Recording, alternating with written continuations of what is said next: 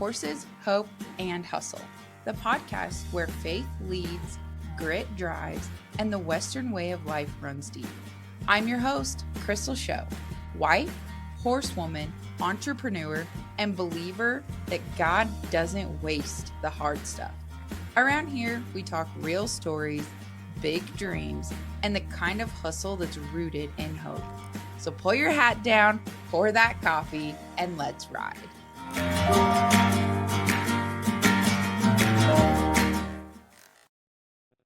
Welcome to another episode of Horses, Hope, and Hustle. Today, I'm joined by Trevor and Joci Deal of Real Deal Horses. They've built a reputation for honest horses and doing business the right way through hustle, learning, and constant drive to be better. But this conversation is also about what it takes to build a business with your spouse, the trust, the communication, and the respect behind it all. Let's get into it. All right. Well, today, guys, we have the duo of Real Deal Horses. We have Trevor and Joci here with us today. Do you guys want to introduce yourselves? So I am Joci. This is my husband, Trevor, and we own Real Deal Horses. We buy, sell, and train horses. We are currently located in Byers, Oklahoma. We actually just bought our first place, and we're absolutely loving it. We take in consignment horses. My husband, he's a colt trainer. I'm aspiring to be. And yeah, we buy, sell, and train. It's been a really fun journey. Yeah, it's been a journey, that's for sure. The learning curves of operating business has been fun. Mm-hmm. I don't think it ever matters how prepared you think you are when you start business. There's so much that comes up that you're like, never would have guessed that or never saw that coming. Right. Exactly. Yeah, there's just around every corner, there's a lesson to be learned for sure. Good, bad, or indifferent. It's always just learning and trying to do better. So, yeah. So for those who don't know, do you guys want to kind of explain what your program is now, and then we'll kind of circle back from there? Yeah. So we are horse traders, if we're really getting down to the nitty gritty. I know that word has, a lot that goes into it. There's people that have really kind of put a bad taste in people's mouths. But we try to be very honest. We do our best to really get to know the horses and get to know the clients. And so, yeah, that's what we do. We buy, sell, and train horses. And are you guys from Montana, or did you just get started up there? Yeah, born and raised in Montana. Mm-hmm. We actually I grew up in Joliet, Montana, and she grew up in Bridger, just across the mountain. Oh, okay. Yeah. Cool. How long since we were in a grasshopper. Oh, that's awesome. How long have you guys been married? Been 4 years. Yeah, we just celebrated our anniversary last week. Oh, happy late anniversary. So you guys also put some events on, correct? Yep. When we were in Montana, when we were at the Cottonwood Equine Center, we put on quite a few events, a couple a month. And then once we moved out of Montana, the only event that really stuck that I wanted to continue to put on, not having the venue of Cottonwood anymore, the event that I wanted to put on annually was our colt starting competition.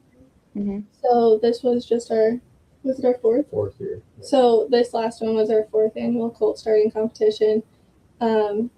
Just in April, and it's a lot of fun. We bring in 4 trainers from all over the country, and we get to spend 4 days with them, and by the end of it, everyone's like a close-knit family, and it's a lot of fun.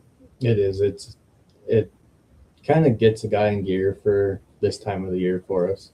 I take in quite a few outside horses, and you go to a competition and watching somebody do something, you're either super excited and like, oh yeah, I want to go home and do that myself, or you are like, I do something a little different. It kind of just gives you the bug. So no matter what, when we come home, we both have the itch. We just want to start riding those 2-year-olds. It's late in the year, but we're used to being in Montana to where you don't get the opportunity to start them outside until about April, May.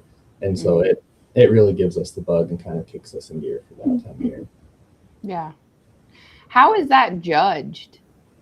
So the judging is, we brought in a third judge this last year. It's based on sessions 1 through 5. There's 6 sessions. It's a session in the morning and a session at night each day, and it's 3 days long.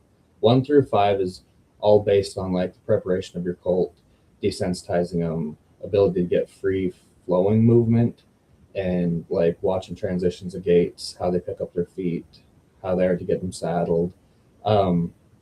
And each and every year we learn something new with it. But there's 3 judges, so you get 3 different opinions based on the matter. And then even though our opinions are different, when you look at the score sheets, one judge might score higher, one judge might score lower, but we're all kind of place them in the same, it seems like. Don't matter what the judges are. We've had a couple different judges come with us and help, and I think this last year's set's going to stick and be our judges. We all got along really good. We have the same vision, looking forward with the colt starting competition. And then the finals is kind of scary for a lot of the competitors, and when we open applications for it and we accept an applicant, we make sure they understand what we're asking in our competition is not for the faint of heart. A lot of these people, it's their 30-day colt, asking them to do what we do in the competition. It's walk, trot, local circle left, walk, trot, local circle right, stop, back up, ability to get lateral movement. There's 15 obstacles with it. And then the coolest thing to witness is letting the trainers bring whatever they want to into the competition. We give them a 10-minute freestyle in their finals, and we've had everything from a prayer to a poem to this last year, horses that work. What was his name? Trevor Mertes. Trevor Mertes. I'm sorry, Trevor. If he hears, if he I can see him, but his was really cool. Probably the coolest one we've seen yet. He grabbed one of those poles, he lit it on fire, he was walking his colt around, trotting around with it, and it was her 6th ride. Oh my gosh. And she did phenomenal. But just seeing how far somebody can truly take a colt with the time that's given, as long as their timing's right, we've seen it go very, very far. And it's been fun with the competition as a whole.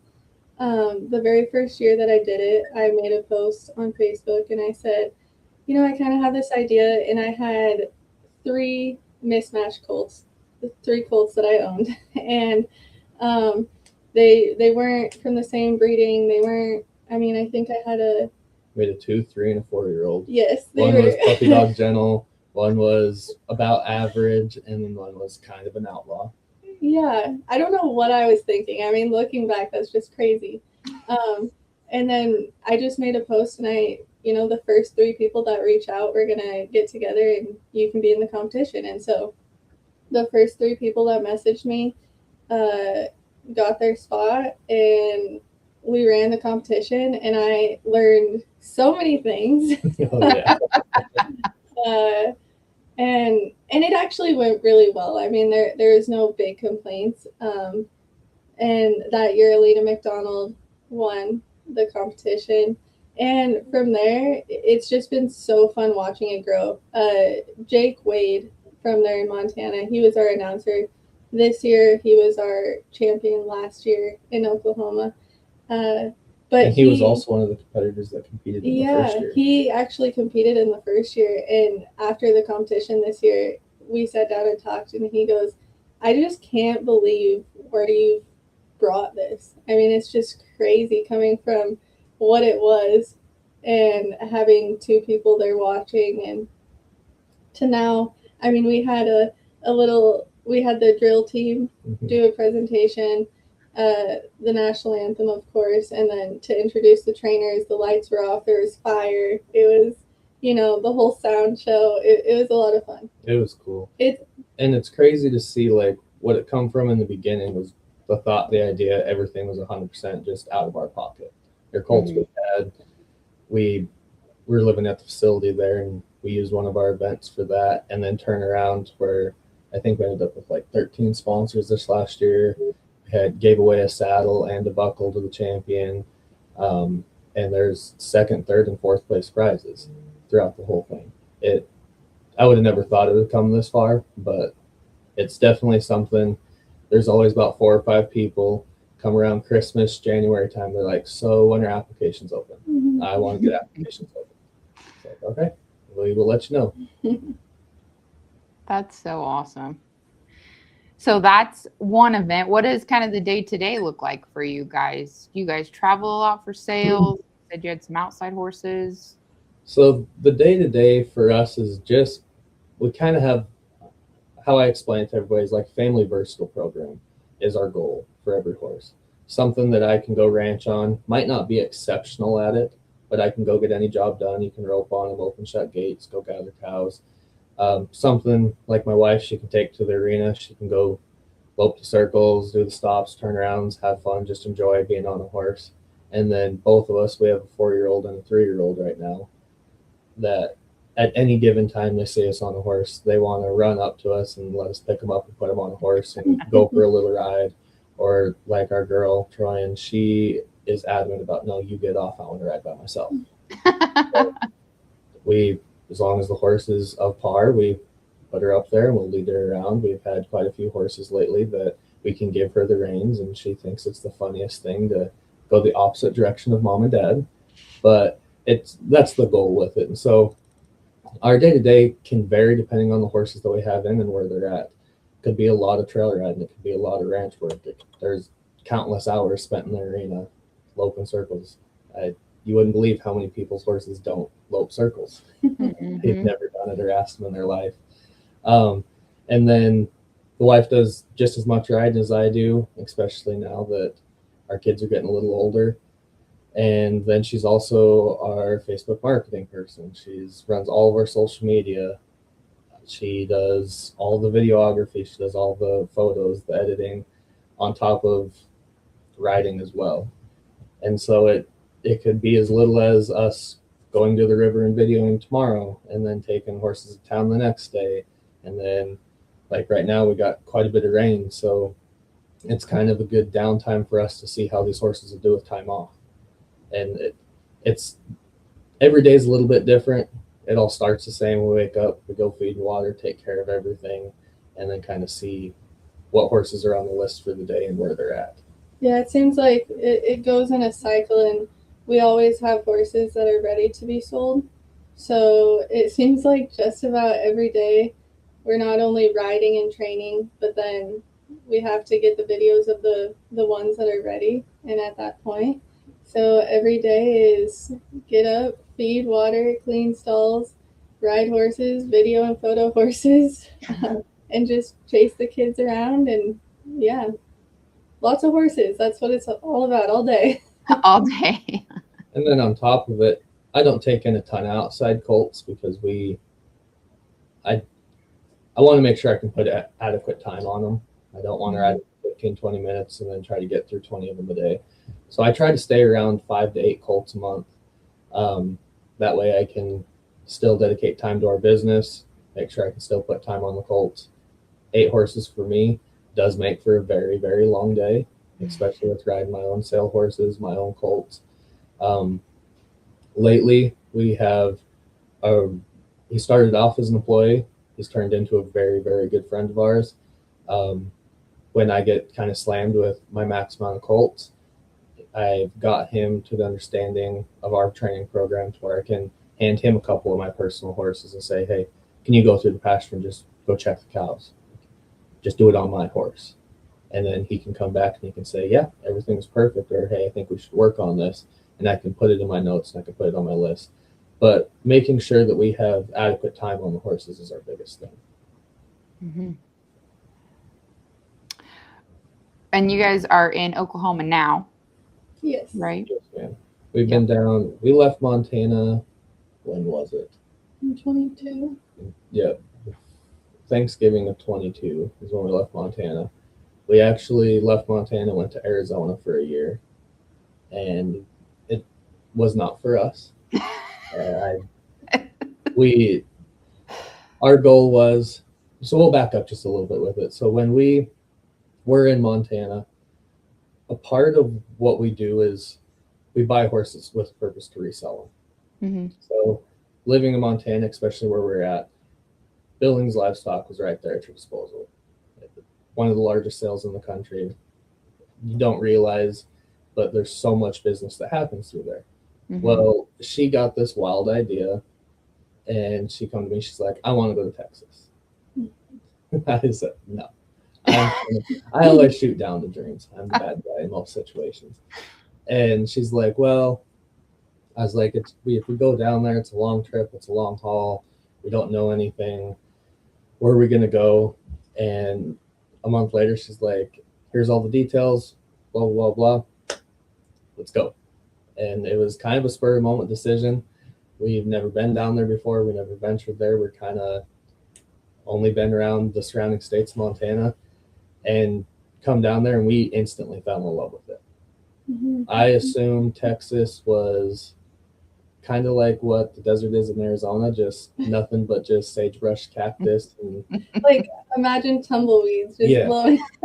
Kind of like how the old Western movies. That's what I was just gonna say. I remember when we pulled up to the horse sale, the sale barn there that we were going down to. It was kind of a rainy day, and it was May, if I remember right. And everything was so green, and it looked like a rainforest. There were just trees everywhere, and there's something in the air. I mean, seriously, it smells different. It feels different. I love the South. I love it. And so we kept making pretty regular trips. I bet you we went down there about 6 times a year, and it was a huge risk for us. At that first trip, we had spent every dollar we had to our name. That when we got home, we had nothing. And it was like, all right, this is the time to see if it's going to work. We buckled down. We did everything we needed to do. We barely slid by. And then when horses were ready and we sold them, we were ecstatic. It was a big stepping stone in our business, being able to leave the state to find horses.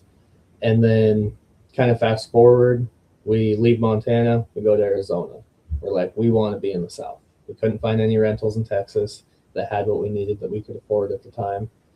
And she tells me, she's like, I found a place. It's got an arena. It's got a 6-horse stall barn. The house is on property. Let's go. We're thinking, Arizona? Everybody in Montana goes to Arizona for the winter. Like, yeah, let's go. We had no recollection of where it was located on a map. We had no idea that there was actually mountains in Arizona. So where I was at with it is we decided we moved to Heber Overgard, which is up by Sholo, and it is the true mini Montana. There's 4 seasons. It snows. Not as much snow as Montana, but quite a bit. Have you been there, Crystal? I've not been to that side. Like, I come to my little Wickenburg and I stay right here.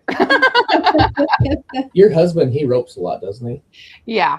Yep. So that was called between Heber Overgard and Sholo is the Wickenburg of the summer in Arizona.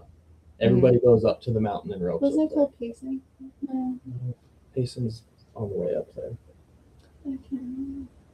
I can't think of what it's called, but every Thursday, Friday, Saturday, there's a practice rope on Thursday, and then Friday, Saturday, and sometimes Sunday, depending on the event. There's a rope in every single week. It was 15 minutes from our back door, and I'm not a team roper. We're not cutters or sorters or anything with that.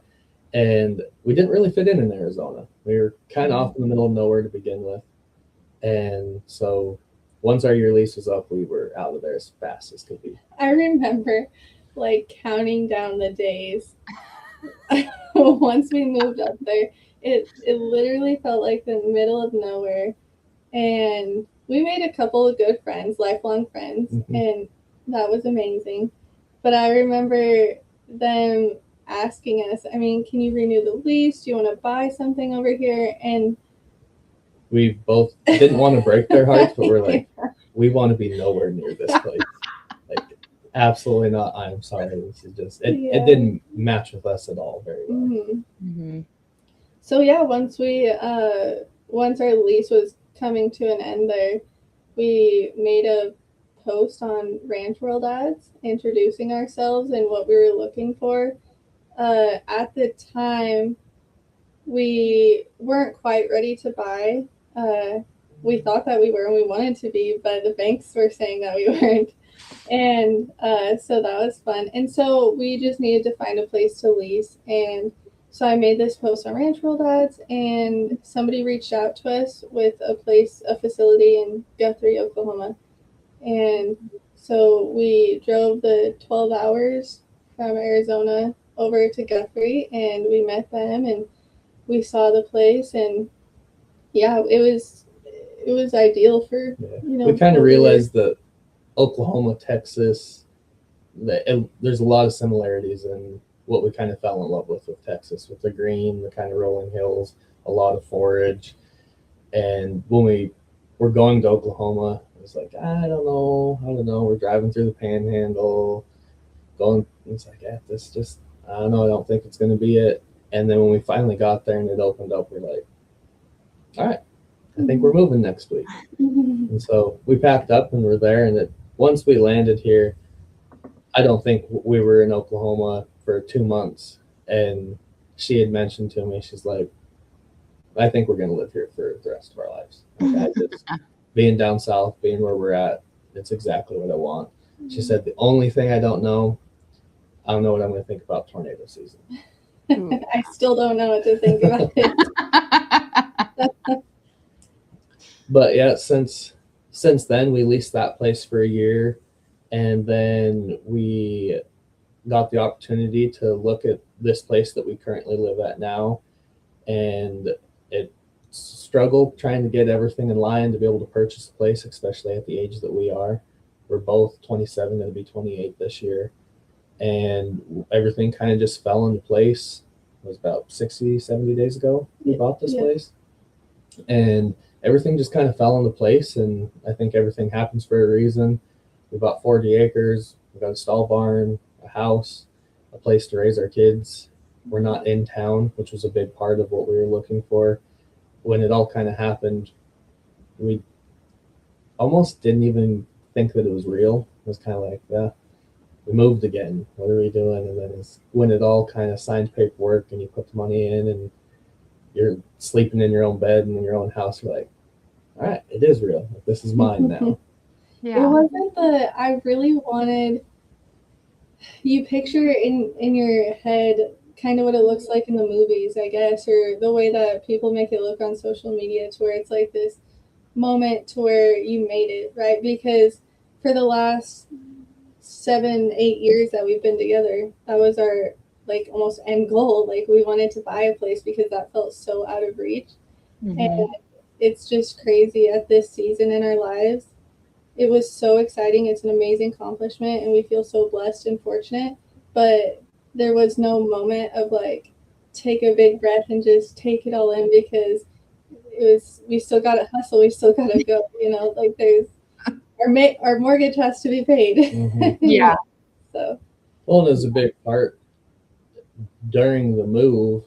It was like, move all of your personal belongings and everything over and then clean it up, go load up all your tackle, all your horses, and start moving them over. And then you move to a different area and you're like, okay, where can I get hay? Where do I have this? And as simple as, there wasn't a dumpster here, and it's like, what do we do? Who do we call? We pulled into the neighbor's driveway and took a picture of their dumpster, and I said, Trevor, they're gonna call the cops. But it's just the learning curve of being in a new area and then wanting to make sure you have everything that's needed. We've always leased a place prior to this. You don't realize the things that come with leasing a place, like a tractor and an arena drag. Everybody thinks that it's like, oh, yeah, just go buy a tractor and an arena drag. Going and buying one, that's $40,000 to $50,000. And yeah. I mean, we kind of put our entire nest egg into what we were saving up for to be able to buy a place. And it's now, okay, what do you got to do instead of having a tractor? We have a great neighbor that comes and helps us unload the semis. of hay. And then he's also a farrier, which is the handiest thing ever to have as a neighbor. But being able to just do everything by hand is kind of what you have to resort to build back up to it. And we're starting our nest egg to be able to buy our tractor now. Mm-hmm.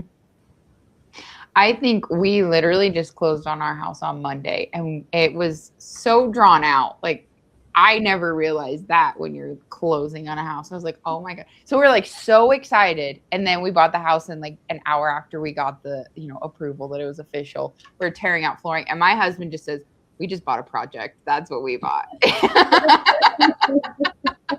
Right. Yeah. That was kind of our similar situation. The first night we actually stayed here, we get everything kind of unloaded. I am soaking wet and sweat, and I am exhausted. I grab a towel, shampoo and conditioner, go in the bathroom. I go in the guest bathroom, actually, and take my shower. Everything's fine. I go to get out. It doesn't turn off. Absolutely does not turn off. I thought that when he comes out and his towel, and he goes, Joe, the water, it will not shut off. I was thinking, what do you, like, how does that even happen? What do you mean? And so when I go in there, and yeah, I mean, any handle you can think of, and it just won't stop. It was crazy. So then, and that was our first night here. Yeah, then I had to go find on the first night in the middle of the dark where to shut the water off to the house. So, because we're on rural water, and so I didn't want to run up a big water bill on day one. And I laughed at her. I was like, this is just my luck. I should have waited till tomorrow. But the best part is that was only part of it. So after the whole shower deal, I told Trevor when we got in here, I said, it's pretty cold. And he's like, oh, well, I'll mess with the thermostat, whatever. And I remember he was so proud of himself when he got to kick on, and you could hear it. And so I'm sitting there, I'm like, all right, well, it's going to get warmer. We froze that night. So I forgot to order propane. Oh, no. It was terrible.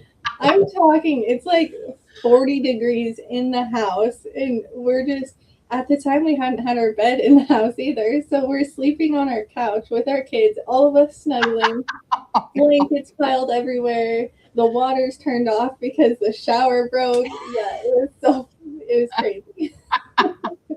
That's all I laughed about it. At the time I was so stressed about it. I was like, what did we just buy? Same thing, like, did we just buy an entire project? I am not ready for a project. You're like, welcome to being a homeowner. Yeah, that's exactly what I told her. I said, of course, first thing we buy, we're going to run into a problem every day, I feel like. Luckily, we haven't. It was just kind of a fluke deal and a little bit of forgetting on my part, but we got through it all. That's funny. So now you have propane and a dumpster, and the guest bathroom works? Oh, yes. Yeah. Yep. There is a hole in the wall that I'm not a drywaller, but I did have to replace the valve in there. That's a little bit, I enjoy myself being able to be a little handyman of everything. Mm-hmm. I can take it apart and fix it, but the finishing work, the painting, the drywall, not very artsy. He came and told me one day, he goes, because our hired hand that turned friend, he came with us to this new place, and we originally planned on, we have a camper, and he was going to live in the camper, but we also have 2 guest bedrooms, and he thinks that it's more comfy in the house. So he was having to go into our bedroom and use our bathroom. So Trevor goes, I got to get the guest shower fixed for Trevor. And his name's Trevor too, by the way. I was gonna say, that's confusing. So he's working on it, and he comes out and he goes, okay, there's gonna be a little hole in the wall. And I said, okay. I will go walking around the corner into the hallway, and I'm talking, this thing is like this big. That is no little hole, and he was just cracking up. The more I went, I just had to keep going bigger. I just had to keep making it bigger. So yeah, that'll be fun to fix. Yeah. Luckily, her parents are very good at painting drywall. So yes. When they finally get to come down and see our new place, I got a project for them. That's funny. Yes, we do. Oh, that is hilarious. So when you guys started this, where it is now, was this the goal, or did things kind of shift from when you first got started and into all of this? What did that look Yeah, like? I think that this was always the goal for sure. Um, just being able to offer quality horses and um, right away when we got together, we knew that we wanted to be able to raise our family together and be at home, and this was an opportunity to do that. Mm-hmm. And so, yeah, I think that that was always. I mean, things change a little bit, your visions and how you see things happening and working out. But yeah, I think for the most part, it was always the Yeah, our same. our biggest goal was always to be able to own our own place, and I mean, when we pass, our kids will have something. Um, Mm-hmm. it started out with, I mean, making ends meet, living horse to horse, and and you didn't sell horses. What are you going to do that month? Mm-hmm. And we're now, I mean, we're not big into the breeding, but we bred our mare. She actually got to start her first colt ever after watching me do it for the last 5 years. And then she's doing a phenomenal job. I'm going to retire, guys. She's taking over. But being able to keep a horse from a weanling, I mean, put the money up front, breed her, do everything, raise it up to where it's 2 years old, and have the opportunity to start it. In the beginning, that wasn't in the books. It was, how can we better this horse, and where can we put it to where it'll be a forever fit type deal. And now having the opportunity to be able to do that and sit on it, and she's like, I don't want to sell them. Like, if our home raised colts ever go for sale, I would be very, very surprised. She is tickled pink with it. And then we actually have a Rainer baby. He's about a month old now that we bred last year. And then that was kind of her dream. She wants one to be able to kind of do the show stuff with potentially. And I turned around and we bred to a cow horse this year for me. So it's just kind of the goals we want. We get to kind of stick around with them a little longer. Mm-hmm. That's so neat. So back to the very beginning, did you guys both grow up with horses? I'll let you start with this one. So, I did. I did. I grew up, my mom was awesome. Uh, Anything that I wanted to do, any direction I wanted to go, she would just go all in. She worked out of town Monday through Friday in Wyoming as a paint and drywaller, and then she would come home on the weekends. And my grandma basically raised me. You know, I was with her during the week for at least the school year. And when my mom got home, it was all about time to go to a horse show or whatever it was that I wanted to do. BLS, Billings Livestock Sale in Montana when I was about, oh, from the time I was about 7 years old, I had little business cards. And I would go to BLS and I would hand them out and I would ride people's horses through for $20 a horse. And yeah, I would come home with a little wad of cash and some broken bones every once in a while too. But so yeah, it was just from riding at horse sales to I did a lot of Western pleasure growing up. My mom would take me all over the country to shows, and I have buckles and ribbons and trophies from everywhere, and I'm so grateful for that opportunity that she gave me. And then one summer, I said, I think it'd be fun to rodeo. I think it'd be fun to barrel race, and she goes and buys me a finished barrel horse. I can't say I wasn't spoiled.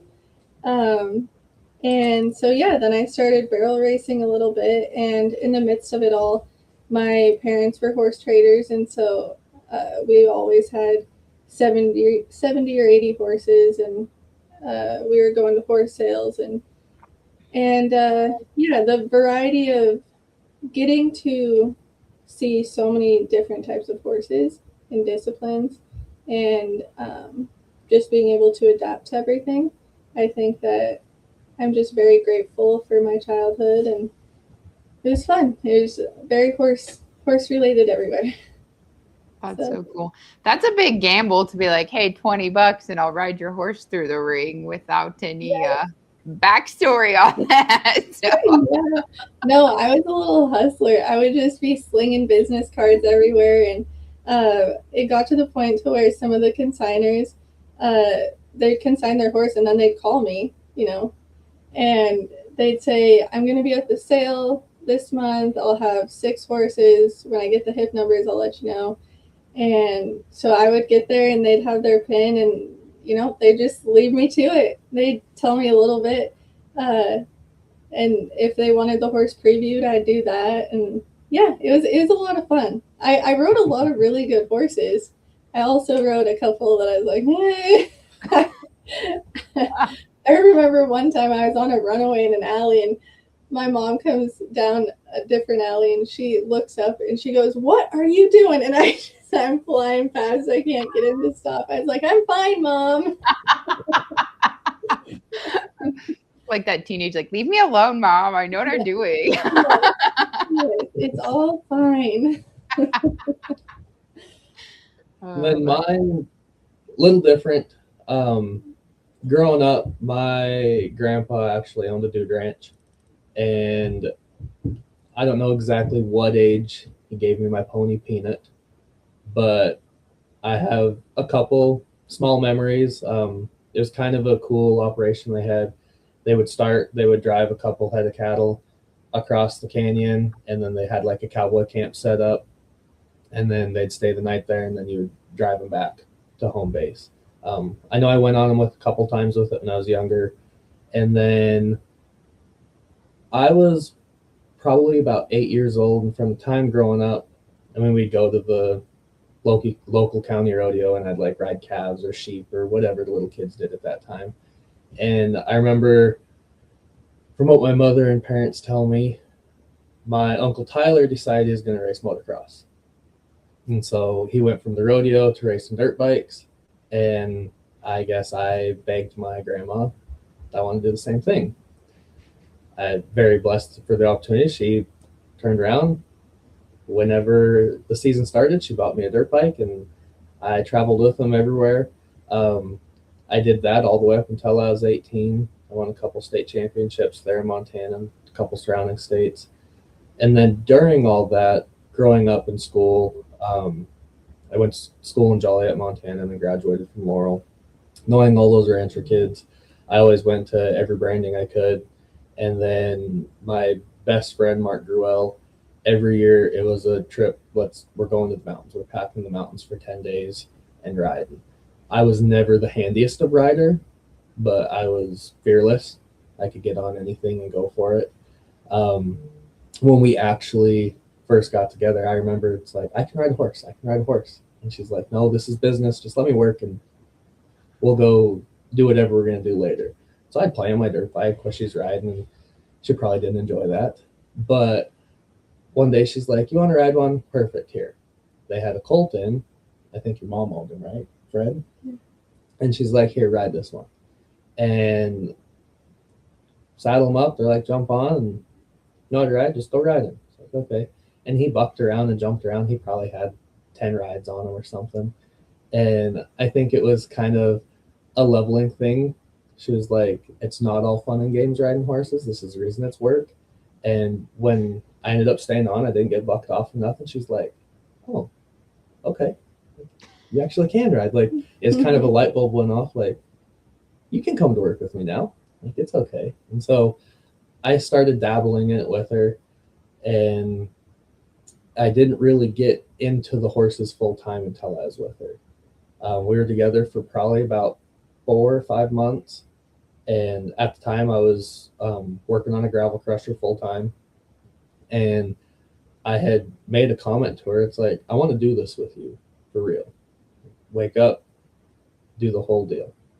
And she's kind of like, I don't know. Like, it's a big risk. If you want to do it, absolutely. She's like, there's a lot to learn. it's not as easy as what you think.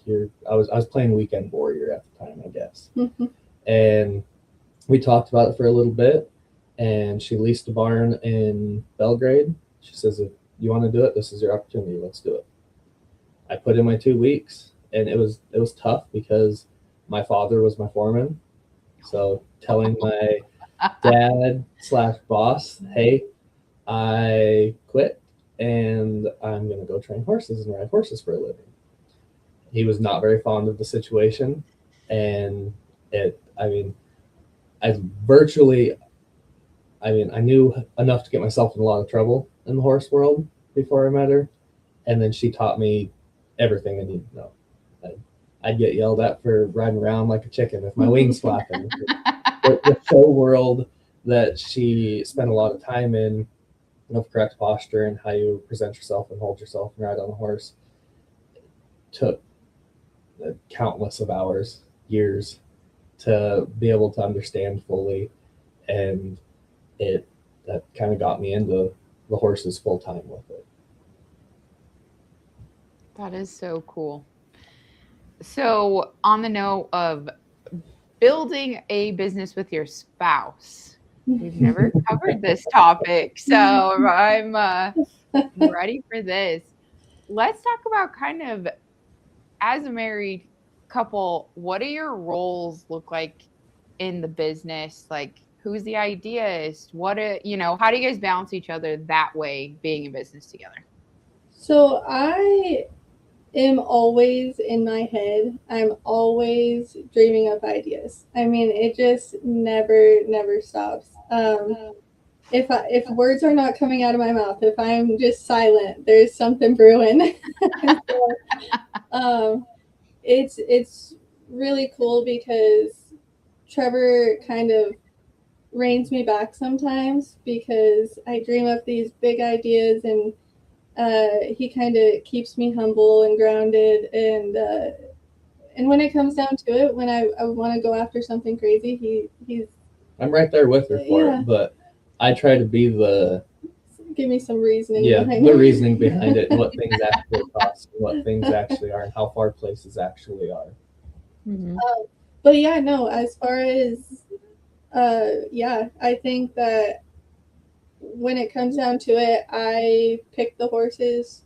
I think Trevor, in the last 6 or 7 years, has maybe picked out six horses. If I'm lucky. I mean, especially during the time that she was pregnant with both of our kids, I was riding everything. We didn't have an employee, didn't have nothing. If I would have bought them, I would have bought every horse that was very, very broke and probably didn't have any holes. That's what I wanted to ride. Not a very good business model for us. And so I just kind of stayed in my lane with it. If she's gone and I really like a horse, I'll buy it. Or if I think there's a lot of potential in a horse, I'll buy it. More times than not, I kind of stick to the colts, the buying of the colts and the longer projects, I guess, if I'm going to buy them. But that's all her.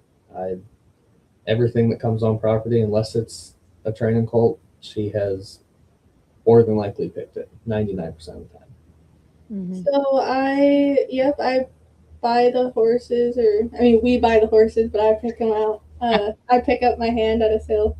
And then as far as the riding goes, like he said, it was mostly him for a long time. With me having my daughter Troyan in September of 21, and then I had my son Truett in April of 23. So it was really back to back. We got one of each. We got a girl and a boy. We called her quick. There you go. We were lucky. So I was out of the saddle for a long time, and what was crazy, maybe other mothers would feel the same way that grew up riding, but I had so much confidence because it was just second nature to me. Sitting in a saddle was like sitting on the couch. It's normal. And after you have a baby, and then you're like, oh my gosh, what if I get hurt? Who's going to take care of this child? And then it just grows from there, and then your confidence is gone. And It was hard to get back into it. It really was. It was very challenging. But actually, recently, just in the last few months, couple months, You've really taken off with your confidence. Yeah, I've fully gotten back into it to where I have my own list of horses every day as well, and I don't need Trevor to warm them up for me anymore. And she has definitely more roles in our business model than I do. Like I said, she's our videographer. She wasn't ever taught how to do any of this, mind you.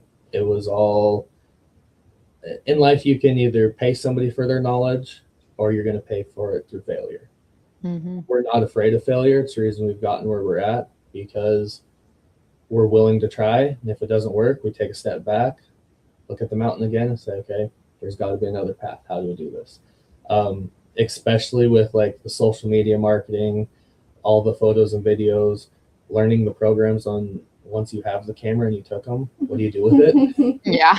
I remember that conversation. It's like, well, what do we do with it now? It's on this little SD card. Oh my gosh. The first time he convinced me, we got a good camera, and he convinced me, let's do what everyone else is doing. Let's take the halter off, and we'll edit that out. And I remember thinking, yeah, that's a great idea until we take the photos. But the way that we took the photos, Trevor was so far in the photo that I had no other choice. Like, they had to come out or the photo was useless, and I had to consign the horses that night.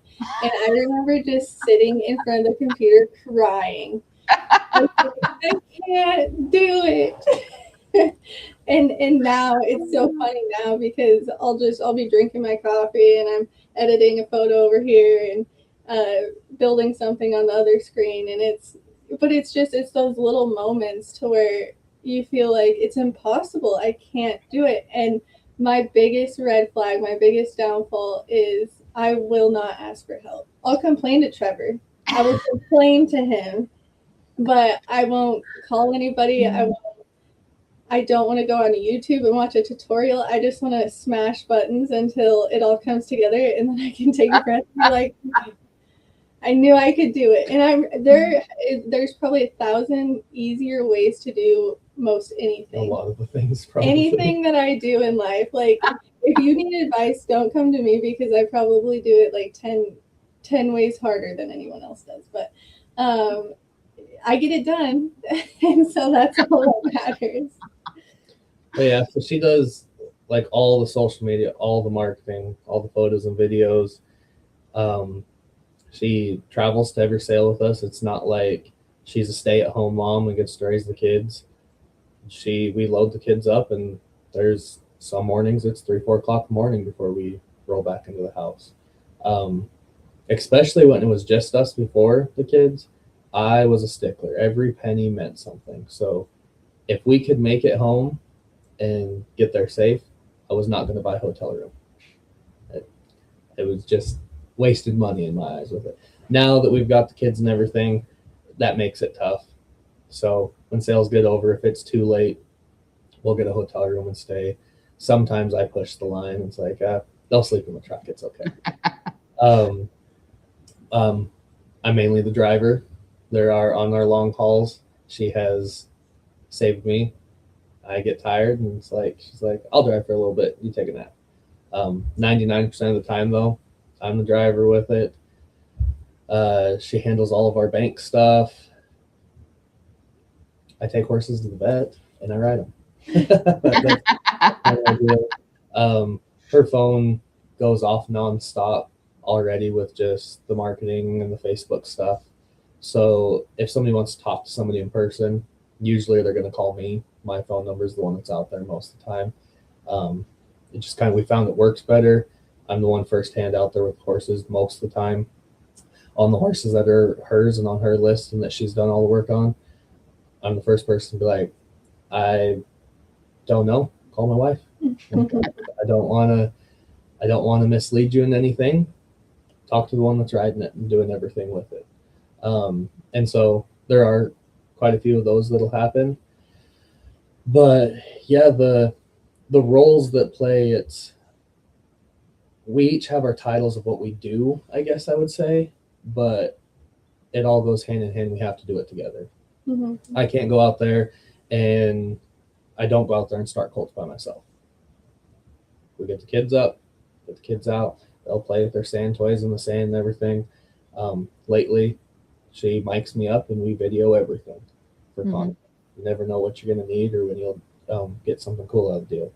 But so she kind of has the 24/7 job because she's out there just as many hours of the day that I am, making sure that it's safe riding in case something does happen, can be right there for it. On top of any second that she's not outside, she's inside on the computer working, or she's on her phone, or she's taking photos and videos. But it all goes hand in hand. We have to do it together. Kind of back to your original question of how is it working with your spouse? It's tough. If your relationship is not good, it will not work. You can force it all you want. All you're going to do is drive each other farther apart. You're going to butt heads. You're going to start doing stuff on your own. That's when stuff will fall apart.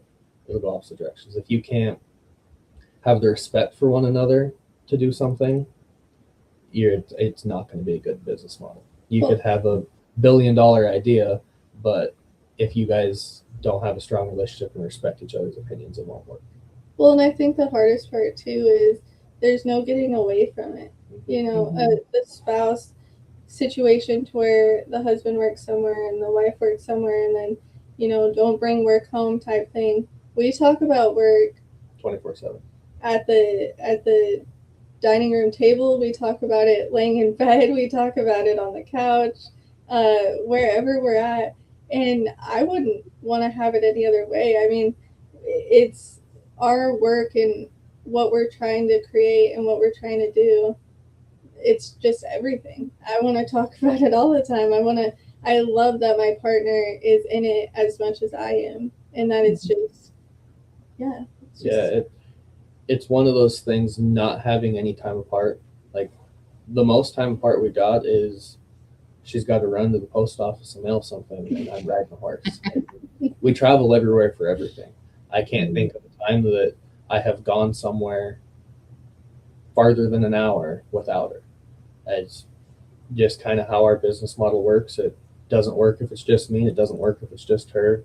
We both have parts in doing it, and so there's a lot of stress that goes to it. Being around somebody 24/7, if you are nitpicky, if there's something that bothers you, the elephant in the room just grows bigger and bigger and bigger and bigger and bigger. It's gonna explode one time. You don't get the opportunity. I'm gonna go to work at 8 o'clock in the morning. I can forget about it. I can come home, love my wife just as much. You have to be able to sit down and talk about everything and be like, okay, this is this. Luckily, I have the most beautiful wife in the world. I don't have to worry about any of it. But there's a lot of people that struggle with running a business with their spouse because they struggle being around each other 24/7. Yeah, communication is just tough. I mean, we were just in the colt pen like a week ago, and we're trying to catch colts, and it's just stressful because they just got ran in from the pasture. They're not thinking with us. We have studs in the pen across from them, and everything's just chaos.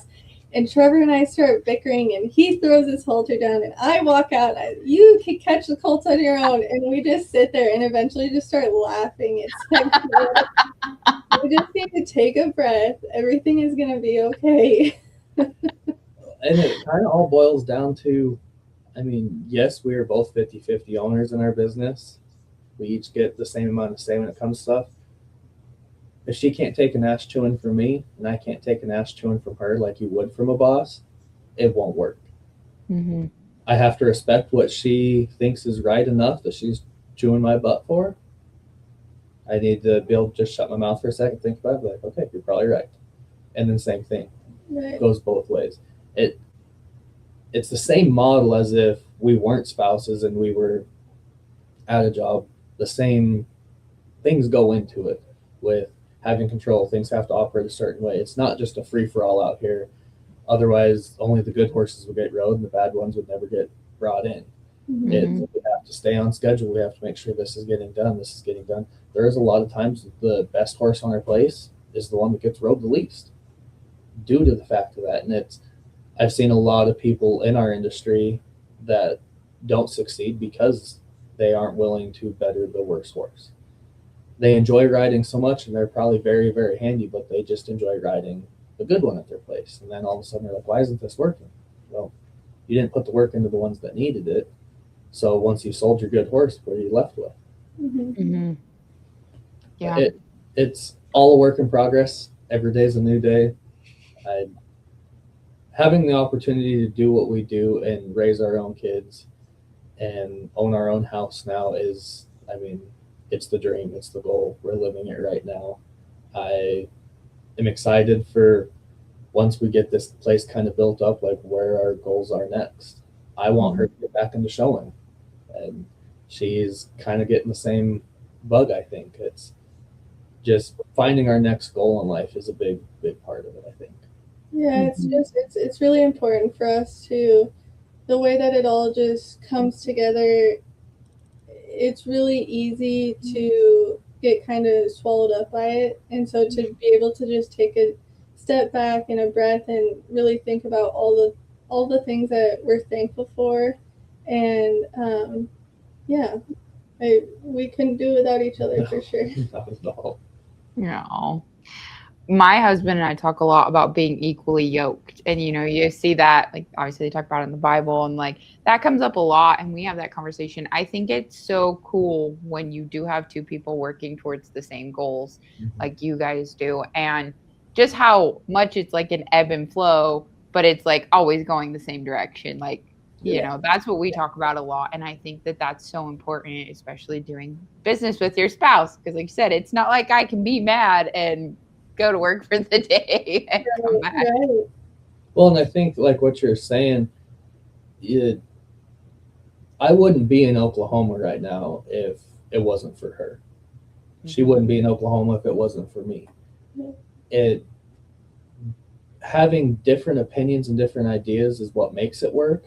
You just have to have the respect to listen to their opinion and say, okay, like when she wanted to go to Texas, we would have never lived down here if she wouldn't have had the crazy idea, like, I'm going to go to Texas and buy some horses. Where at? I don't know. But we're going. We're playing together. I'll map it out. I'll tell you what it'll cost us to get down there. She said, all right. She comes with plans, like, all right, I guess we're going.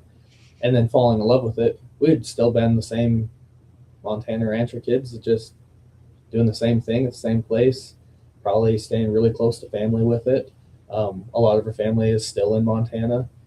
We try to convince them all the time, like, we're not coming back. We will come up to visit for the horse sales and things like that. But another like part of, I feel like the reason why we're successful in what we do, everything's business. If we're going to Montana, we're not flying.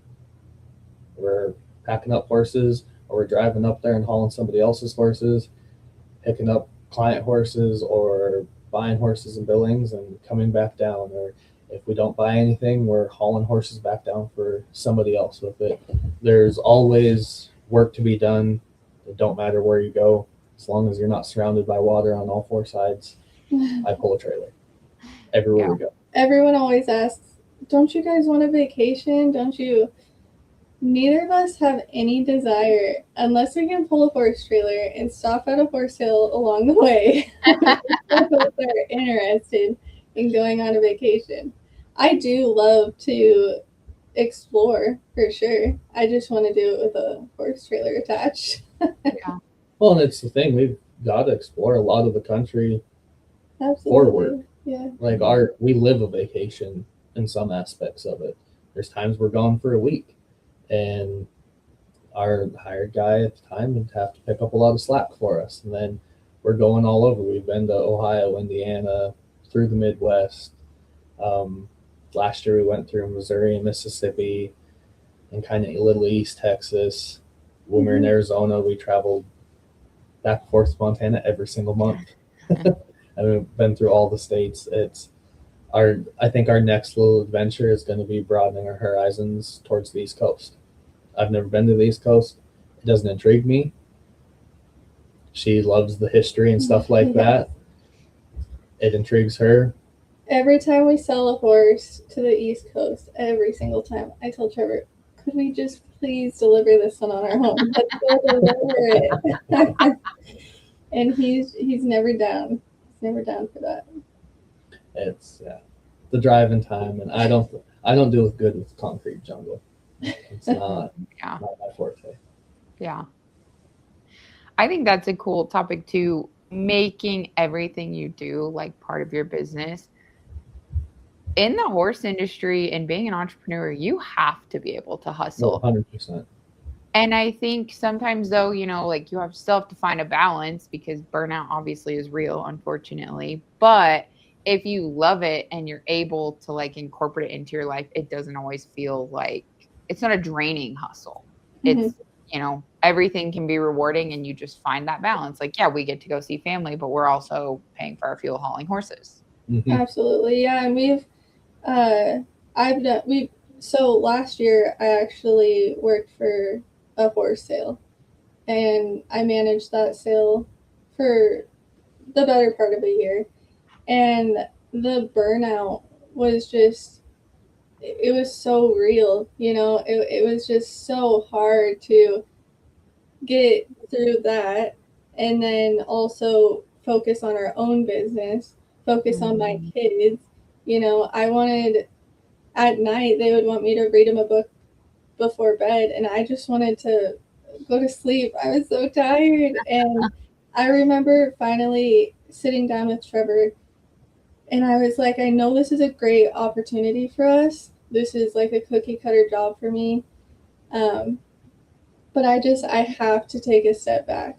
And the fact that he was so willing to support that decision, because it was financially beneficial for me to be able to, all I had to do is sit at my computer. But all day.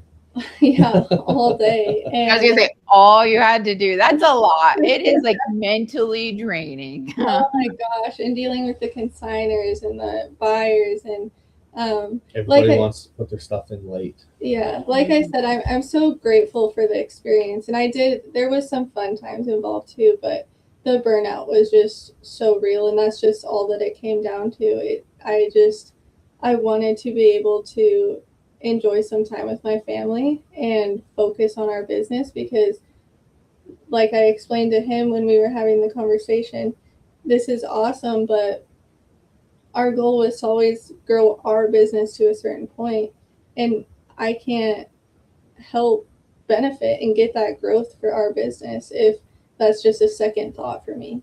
So it was nice that we could recognize that, and he was so supportive of it.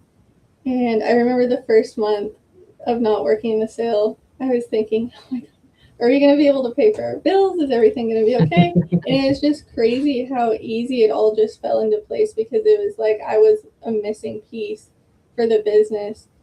And as soon as I went back into it full bore like I was previously, it all just started running again. It's like it just kick-started it.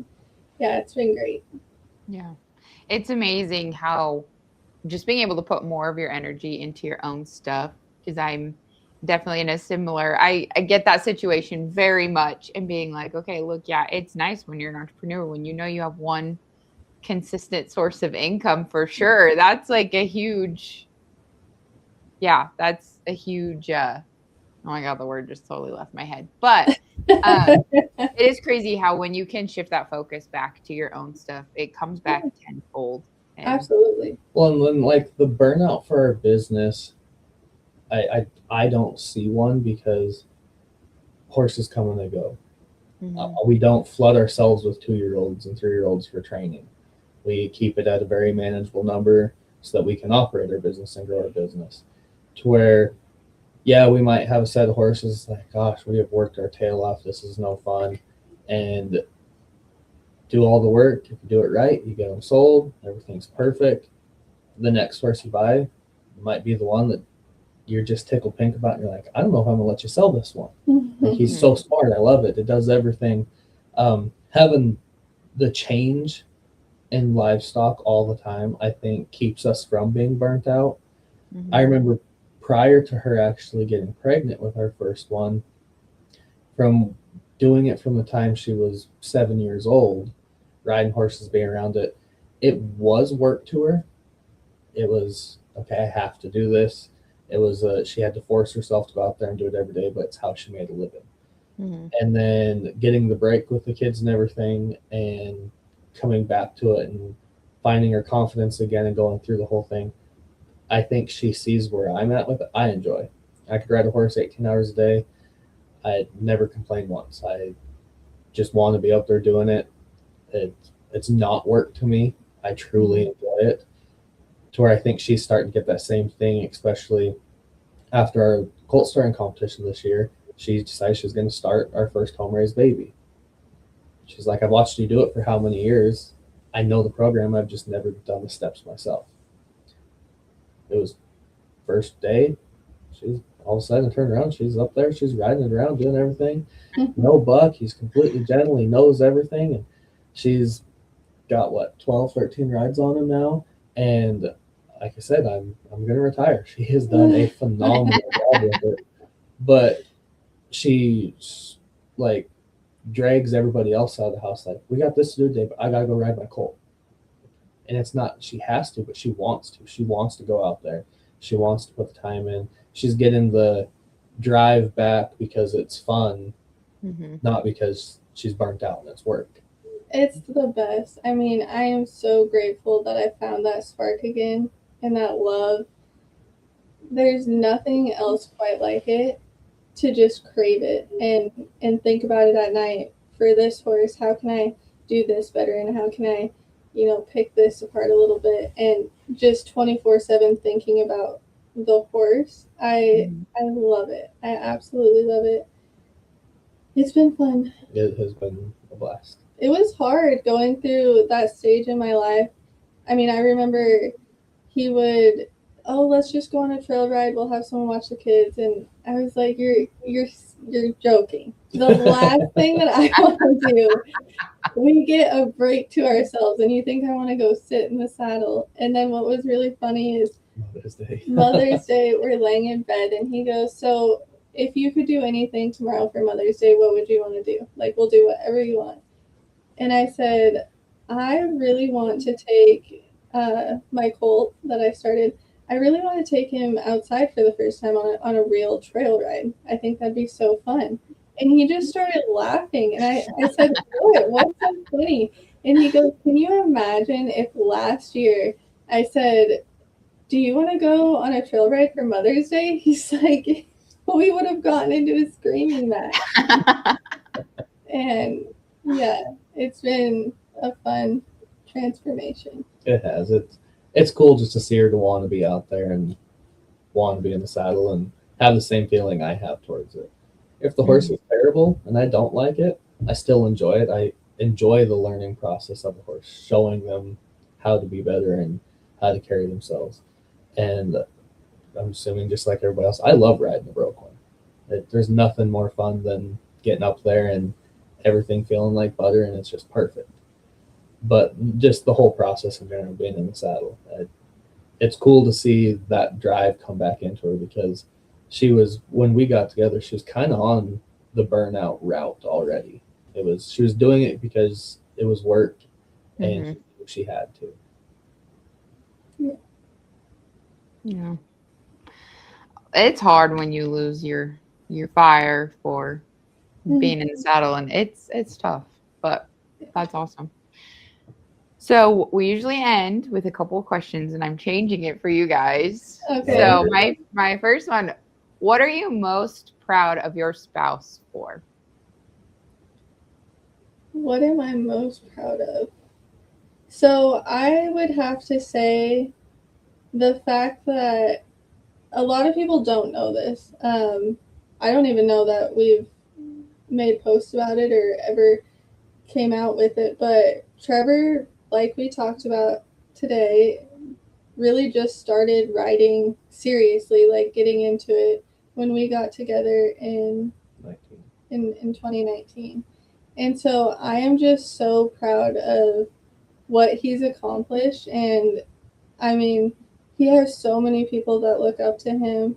He has dedicated clients from all over the country that send their horses to him. And only buy a horse if it's coming from Trevor Deal and if Trevor Deal rode the horse. And I mean, seriously, there are times that I'll answer the phone and, hey, this is Joci, and they go, where's Trevor? Can I talk to Trevor?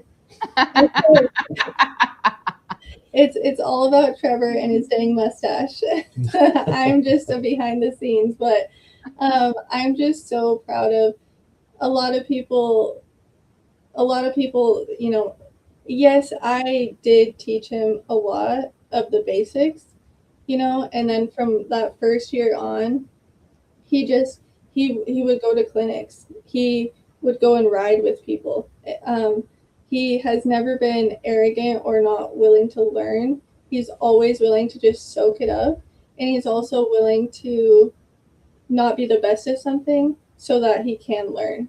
And that's something that I am not willing to do.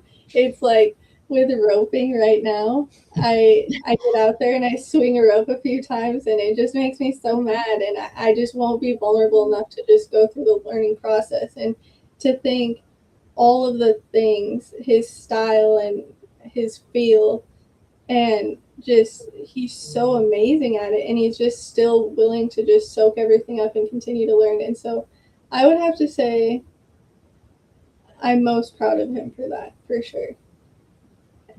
Aw. Thank you. I appreciate it. And it kind of all goes back around to the same thing. Being who I was before, I knew enough to get myself really hurt in a lot of trouble on horses and around horses. Excuse me. But okay, for instance, I didn't know how to post. I didn't know what a lead was. I rode like a chicken up there trying to fly away. There were so many things, but it was just normal. I would just, yeah, I'd kick them in the belly and they'd lope off before, and that was kind of what I knew about everything. Her being able to have the patience, and that there was probably a solid 18 months in there that I was in school of learning how to ride, of learning what the correct diagonal is, learning what a lead feels like, understanding how to do something correct. Posting was the hardest thing in the world for me to learn. I could sit the roughest trot you could ever imagine. And she's like, well, you're okay with it, I guess. Mm-hmm. And she's like, but I can never video you if you don't know how to post and do it correctly. And I'm telling you, countless hours of her just having to walk away, her not getting frustrated and saying, I'm done, we're not doing this anymore. Her just being able to, she would take a breath, she'd walk away for a second, she'd come back, she'd be like, all right, I'm going to explain this again. I'm going to show you again. Her being able to take the time to pretty much create who I am over the deal, I'm very, very thankful for. And then meanwhile, the whole time she's doing that, she's not stopping what she's doing. She's focused on, at that time, she was building a different Facebook page, what is currently Equisnap. And when we created our business, once we got married, she was like, I'm going to merge the page, I think, and it's going to become Real Deal Horses. And then she thought about it. She says, no, it's all new. I'm going to. So she was humble enough. She'd come back down to ground zero with 0 followers and built what we have now in a quarter of the time. And it's tenfold versus what her first page ever was. She never stopped. It's because of his mustache. I was always a priority with her teaching and making sure she had time to do it, and her giving me the hours in the saddle that was needed. But you can put all the hours in the saddle you need if you don't have somebody that's willing to show you how to do the basics correct. You're not going to become anything with it. The basics are all what matters. And then her being able to give me the opportunities to go learn from people that I have and do things I have and fail numerous times. And like when I first starting colts and going everywhere, I didn't do a very good job. You can't lie. You have to tell the truth about it. It's terrible. It's like, well, okay, how do I fix this? Who can we go to help to fix this and do everything? Her just being able to stand behind me, good, bad, different, any decision I ever made, she was always there. But her goals were true through everything. I love her for it. She'll always do it for me, and I try to offer the same in return for it. Aw, I feel that's like so this is sweet. like a therapy session. Or Yeah, I was something. gonna say this kind of turned to like marriage counseling. That was not the that was not the intention, but It's all good. okay. One last question. What advice would you guys give your younger selves? I'll let you start though. So I wouldn't. I want to start off by saying I wouldn't change anything, but and I just believe that everything happens for a reason and it lands you where you are. And um, the advice that I would give to my younger self, I've realized, and I'd give this to anybody. I would give it to anybody. I feel that most people, 90% of the time, when you ask for advice, it is only reciprocated if you're just about there. Like when you ask for advice, be open-minded enough to take it, because I can't tell you how many times I've seen someone, they ask for the advice, and I have been in there, and I'm still probably guilty of it. But you ask for advice and you have the conversation, and you're just not ready to hear it. And so you really have to get yourself 90% of the way there. And by the time someone gives you that advice, it's really just the validation that you were looking for, that, you know, you're on the right path type of a thing. So I guess just don't fall into that, and actually be open-minded. Be willing to take the hard criticism and the hard advice, because at the end of the day, if you're not going to take it, you'll learn and you're going to learn the hard way. Yeah. And that kind of goes around to the same. You're going to either pay somebody for their knowledge, or I'm not going to charge somebody. They ask me a question, I'll answer it honestly, or you're going to pay through failure. My best advice, and I think it's a big reason where we are today for anybody, is we asked the questions we knew the answers were no to, if that makes sense. So it's as simple as nobody ever lived in Cottonwood and trained out of Cottonwood. I already know the answer is no, so it's not like you're going to be let down and cry about it. Everybody knows the answer is no. But when you're the person that'll actually ask the question, and somebody says yes the one time they do, it could be life changing for you. Then we go live at Cottonwood. Yeah, and it just goes through everything in life. Like everybody's like, well, I wish I could go buy a new pickup. Go to the bank; they'll tell you yes or no. Yeah. If you already think it's a no, if they tell you yes, you're going to be ecstatic. If they tell you no, you're like, well, shucks, darn, I already knew that. And if you can be humble enough yourself to understand there's a lot of no's out there in the world, but it just takes the one person to say yes, you're going to be there. And we've kind of lived by it. It's the reason that we ventured south, the reason that we have a successful business, the reason that she can learn how to do everything without asking the questions for other people. She is right I'm there. not saying that's the way to do it. But it's just Ask for help.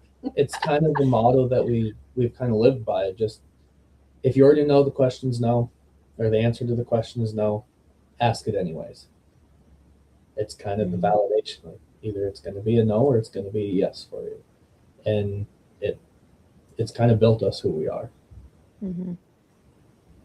I love that. That is great advice. Great advice. Thank you. You are welcome. Is there, before we wrap up, is there anything else that you guys want to tell people about your business or? Yeah, I don't know. We don't have anything super crazy going on as of now.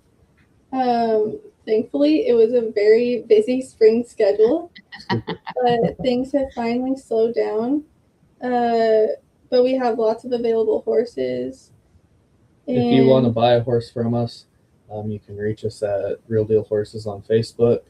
I think we have an Instagram and a TikTok too. Our Facebook is kind of our primary source. We do have a website as well. It's Real Deal Horses LLC.com, right? Mm-hmm. And then if you want to reach either of me or her, sorry, my phone number is 406-570-4936. Hers is 406-927-3919. Our phones are always on. Whether you want us to buy a horse from you, you want us to sell a horse for you, you want to buy a horse from us, your horse needs training, we kind of do it all. Yeah. We have a consignment program, we have a training program, we buy horses and we sell them. If you're in the industry and you need something, I can probably help you with it. We have a little bit of everything. I know a lot of different people in different aspects of the industry. If I can't help you personally or she can't help you personally, I can give you a phone number and point you in the right direction for it. Right. The industry is all based on connections. It's not what you know, it's who you know. Mhm. I can have the best horse in the world, and if I don't know somebody to sell it, it's not going to get in front of the right people to get it sold. So Very cool. Well, we will link your guys's all your websites and Facebook and stuff in the post too. And I appreciate you guys so much for taking the time to chat with me. No, Absolutely. It was so fun. Thank you for inviting us on. It means a lot. Yeah. Thank you for listening to this episode of Horses, Hope, and Hustle. If you enjoyed this conversation, here are a few I think you'd like as well. Number 11 with Garth Gardner of Gardner Quarter Horses. Number 8, 30 plus years of starting from scratch with Lance Most. Or number 31, a pad and legacy built to last. 25 years of CSI saddle pads with Donna Sidoris. Thanks for listening.